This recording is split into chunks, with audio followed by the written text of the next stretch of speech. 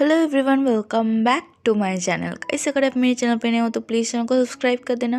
Video अच्छा लगे तो लाइक करना, कमेंट जरूर से कर देना।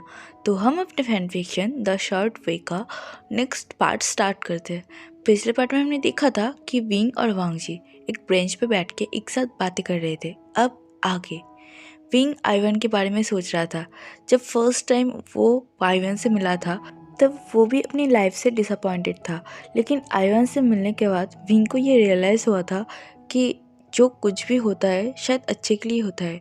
इसलिए हमेशा फ्यूचर के बारे में ना सोचकर हमें प्रेजेंट में जीना चाहिए एंड प्रेजेंट की लाइफ को एंजॉय करना चाहिए। आइवन के बारे में सोचते ही विंग के फेस पर एक बहुत ही जेन्युइन स्माइल आ जाता है। वांगजी भी विंग की तरफ ही देख रहा था एंड वो भी इस स्माइल को नोटिस कर रहा था। तभी विंग वांगजी की तरफ देखते हुए कहता है कि तुम्हें पता है, जब मैं पहली बार मुझे पता चला था कि मुझे कैंसर है तब मैं भी तुम्हारी तरह ही सोचती थी एंड मुझे ऐसा फील होता था कि जैसे गॉड बस मेरे साथ ही अनफेयर है, क्योंकि हमेशा मेरे साथ ही बुरा हुआ है ना। लेकिन आइवान ने मुझे ये गलत प्रूफ करवा दिया कि नहीं, गॉड मेरे साथ अनफेयर नहीं है। ये बस हमारी किस्मत है जिसे हम चेंज नहीं कर सकते। इसलिए जो कुछ भी है उसे एक्सेप्ट करो एंड अपनी फेस पर एक बिग स्माइल रखते हुए अपनी लाइफ को एंजॉय करो। ऐसा कहते हुए वो अपने हाथ को वांगजी की तरफ बढ़ाता है और वांगजी के हेयर को धीरे से रफल कर देता है। जिस एक्शन से वांगजी बहुत ज़्यादा शॉक हो गया था। उसने बिल्कुल भी एक्सपेक्ट नहीं किया था कि विंग उसके हेयर को रफल करेगा।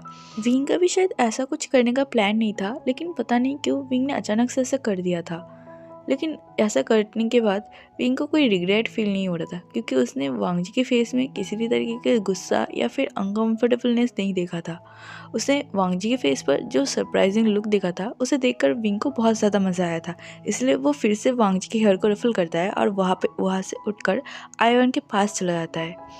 वांगजी धीरे से अपने हेयर को टच करता है जहाँ पर विंग ने कुछ देर पहले रफल किया था और वांगजी के परफेक्ट हेयर को मैसी बना दिया था। वांगजी थोड़ी देर तक अपने हेयर को देखता है। उसके बाद वो विंग एंड आइवन की तरफ देखने लगता है, जो फिर से बच्चों की तरह खेलने लगे थे। आइवन तो बच्चा था ही, लेकिन विंग भी आइवन के साथ मिलकर बच्चा बन चुका था। उन दोनों को देखते ही वांगी के फेस पर भी एक जेन्युइन सा स्माइल आ जाता है। अब हमें लंच टाइम का सीन दिखाया जाता है, जहाँ विंग एंड वांगजी अपने रूम पर बैठकर लंच कर रहे थे एंड मियामा उन दोनों के रूम के गेट के सामने बाहर खड़ा हुआ था एंड बस शॉक हो रहा था, क्योंकि आज वांगजी विंग से खुद से बात कर रहा था एंड वो दोनों बहुत सारा बातें कर रहा था। विंग वांगजी से बहुत सारे सवाल पूछ रहा था एंड वांगजी बहुत ही कामली विंग के सारे सवालों का जवाब दे रहा था। वांगजी की टोन सुनकर ऐसा नहीं लग रहा था कि वो एनॉय हो रहा है। उसका टोन सीरियस तो है, लेकिन बहुत ज़्यादा सॉफ्ट भी, जो सुनकर मैं बहुत ज़्यादा शॉक था। वो इतने दिनों से वांगजी को देख रही है, लेकिन आज तक कभी भी उसने वांगजी को 2 से 3 वर्ड से ज़्यादा बात करते हुए सुनी है।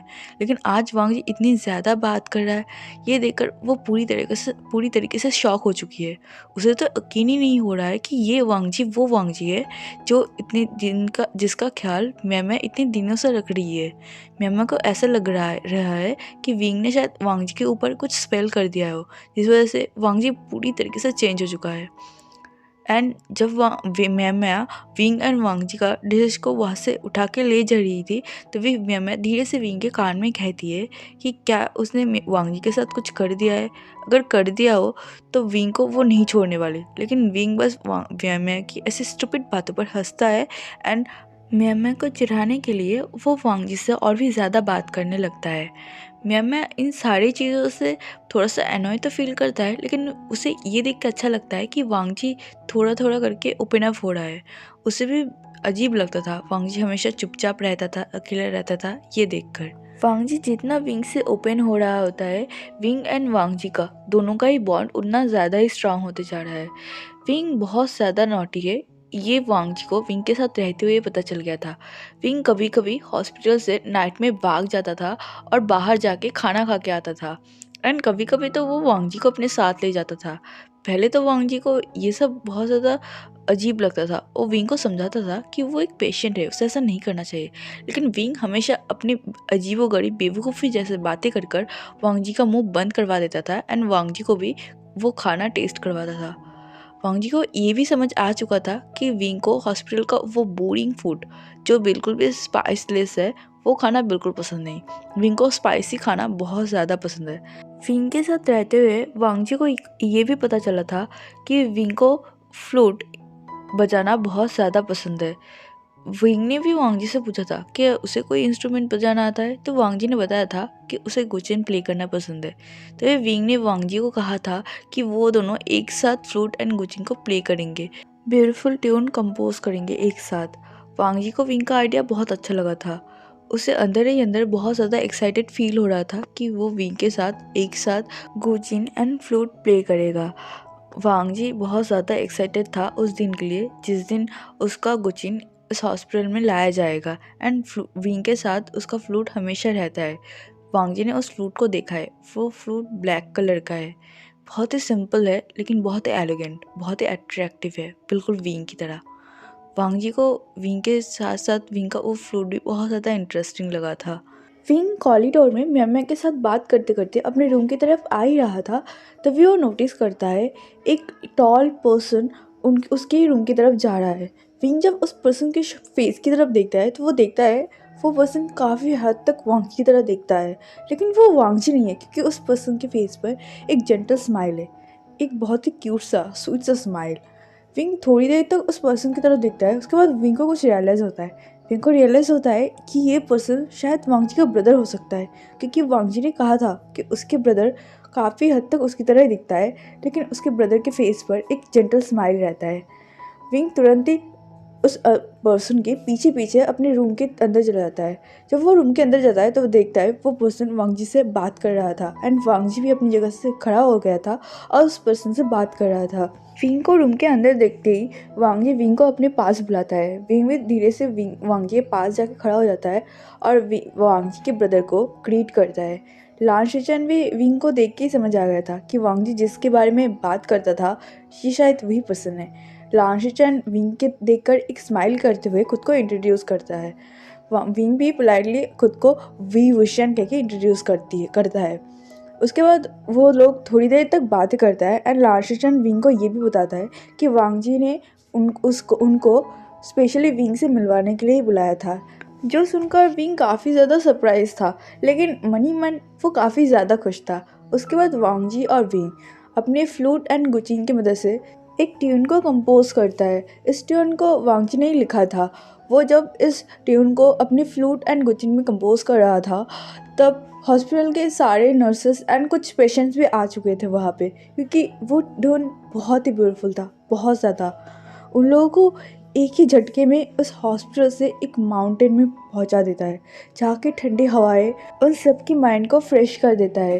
एक ही झटके में हॉस्पिटल के इतने सारे स्ट्रेस, उनके बीमारी का इतना ओवर टेंशन, सब कुछ उनके माइंड से गायब कर देते हैं। वो सारे लोग वहाँ खड़े होकर उस विंग को सुनने लगते हैं एंड वांगजी और विंग वो दोनों भी शायद खो जाते हैं उस धुन में। इस तरह से विंग के साथ रहते रहते वांगजी को भी खुद भी पता नहीं चलता कि कब वो विंग को इतना ज़्यादा चाहने लगा है, विंग से प्यार करने लगा है। वांगजी को गॉड से एंड इस पूरे वर्ल्ड से बहुत सारी शिकायत थे कि हमेशा वांगजी के साथ एक सारे बुरे चीज़ क्यों होते थे, लेकिन अब इस पल में जब वांगजी को रियलाइज़ हो रहा है कि उसके पास शायद ज़्यादा टाइम नहीं है, लेकिन फिर भी वो खुश है क्योंकि उसके साथ विंग है। इसके लिए वो बहुत ज़्यादा थैंकफुल है, वो ग्रेटफुल है गॉड के पास कि उन्होंने विंग को उसके पास भेजा है। वांगजी विंग को ही देख रहा था और अपने मन में यही सब सोच रहा था। वांगजी चाहता था कि वो विंग को चीख चीख कर बता दे कि वो उससे बहुत प्यार करने लगा है, वो उसे बहुत चाहने लगा है। अब वो विंग के साथ ज़िंदगी जीना चाहता है, वो मरना नहीं चाहता। लेकिन फिर भी वांगजी को पता है कि रियलिटी क्या है, उसे अपनी रियलिटी एक्सेप्ट करनी ही होगी, इसके सिवा उसके पास कोई रास्ता नहीं है। वांगजी अपने बेड पे बैठा हुआ यही सब सोच रहा था एंड तभी वो देखता है कि विंग का आँख खुलने लगा है। अभी सुबह के 10 बज गए एंड ये नॉर्मल है कि विंग जल्दी नहीं उठने वाला। विंग बिल्कुल भी मॉर्निंग पर्सन नहीं है। वांगजी स्वीट सा स्माइल करता है और विंग की तरफ देखकर गुड मॉर्निंग कहता है। विंग का फेस आज काफ़ी पेल लग रहा था। वांगजी जब भी विंग को देखता था तब विंग का फेस हमेशा ब्राइट रहता था, लेकिन कुछ दिनों से विंग का फेस बहुत पेल है। वांग जी को लग रहा है शायद विंग का ट्रीटमेंट स्टार्ट हो चुका है ना कैंसर का, इसलिए। लेकिन फिर भी विंग बहुत ज़्यादा ब्यूटीफुल है, बहुत ज़्यादा। कोई शायद एक्सप्लेन भी नहीं कर सकता विंग का ब्यूटी का। विंग भी वांग जी की तरफ देखकर एक स्माइल कर देता है। विंग वांग जी को कुछ कहने ही वाला था कि अचानक से वांग जी नोटिस करता है कि विंग ने अपने पेट को पकड़ लिया है। वांग जी विंग से पूछने ही वाला था कि विंग क्या हुआ है कि विंग तुरंत ही भागकर वॉशरूम में जाता है और वॉमिट करने लगता है। वांग जी थोड़ा सा घबरा गया था क्योंकि अभी विंग का ट्रीटमेंट स्टार्ट है एंड अभी विंग का तबीयत अचानक से बिगड़ जाना ये बिल्कुल ठीक नहीं है विंग के लिए। वांग जी भी विंग के पीछे भागकर जाता है वॉशरूम में एंड विंग को संभालने लगता है। वांग जी जब बेसिन की तरफ देखता है वो शॉक हो जाता है। विंग खून की उल्टी कर रहा था एंड जो देखकर वांग जी की पूरी बॉडी स्टिफ हो चुकी थी। उसके हाथ पैर ठंडे पड़ चुके थे एंड वांग जी काँपने लगा था। वो अपनी काँपती आवाज़ में विंग का नाम लेता है, विंग। तभी विंग तुरंत ही वहाँ पे बेहोश हो जाता है, जिसे देखकर वांग जी इतना ज़्यादा शॉक हो गया था कि उसके गले से आवाज़ तक नहीं निकल रहा था। फिर भी वो किसी तरह से खुद को कंपोज करता है और बाहर से सिस्टर को बुलाने लगता है। मैं और कुछ सिस्टर बाहर ही खड़े थे। वो लोग विंग के लिए खाना लाने वाले थे क्योंकि विंग बहुत ज़्यादा लेट उठता है और ये बात मैं को भी पता है। मैं वांग जी का आवाज़ सुनकर थोड़ा सा शॉक हो गया था। वो तुरंत ही भागकर वॉशरूम की तरफ आती है और वांग जी को देखकर पूछने ही वाली थी कि क्या हुआ, तो वो देखता है कि विंग नीचे लेटा हुआ है और बेसिन में बहुत सारी खून है। इसे देखकर मैं भी शॉक हो जाती है। वो तुरंत अपने पास वाली सिस्टर को बोलते हैं कि डॉक्टर को बुलाने के लिए और वांग जी भी म्यामे की मदद करता है विंग को बेड पे लेटाने में। विंग पूरी तरह से बेहोश हो चुका था। वांग जी बहुत ज़्यादा डर गया था क्योंकि उसे पता है इसके बाद शायद विंग का ऑपरेशन किया जाएगा। लेकिन लेकिन ऐसा तो नहीं होना चाहिए था ना। अभी तो विंग का ऑपरेशन का डेट बहुत देर में है। वांग जी धीरे से म्यामे की तरफ देखते हुए कहता है, विंग ठीक तो हो जाएगा ना। लेकिन म्यामा बस वांग जी की तरफ देखता है और कुछ नहीं कह पाती क्योंकि म्यामा के पास भी इन सवालों का कोई जवाब नहीं है। डॉक्टर आते ही विंग को चेक करने लगते हैं। विंग को चेक करते ही वो लोग बहुत ज़्यादा पैनिक करने लगते हैं। वो तुरंत ही सिस्टर्स को कहते हैं कि ऑपरेटिंग रूम को रेडी किया जाए, अब विंग का ऑपरेशन किया जाएगा और विंग के फैमिली वालों को जल्द से जल्दी इन्फॉर्म कर दिया जाए।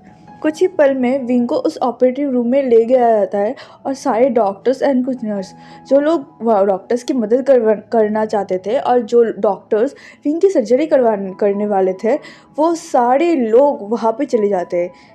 ये सब कुछ इतना जल्दी हुआ था कि वांग जी शायद अपनी सोच से ही बाहर नहीं निकल पा रहा था। वांग जी को तो समझ नहीं आ रहा था कि अचानक से क्या हो गया। सब कुछ तो ठीक ही चल रहा था ना, अभी अभी तो उसे विंग से प्यार हुआ एंड वो तो सोच भी रहा था कि वो विंग को बताएगा। लेकिन अचानक से क्या हो गया। नहीं विंग को कुछ नहीं हो सकता। वो विंग को बताना चाहता है कि वो उसे प्यार करता है। विंग वांग जी की पूरी बात ना सुनी नहीं जा सकता। ऐसा सोचते हुए वो विंग के उस ऑपरेटिंग रूम के बाहर खड़ा हुआ है। तभी उसके कंधे पर किसके हाथ लैंड होता है। वो लान शिचान थे। असल में विंग को जब ऑपरेटिंग रूम में ले जाया जा रहा था वांग जी की हालत बहुत ज़्यादा मिजरेबल था।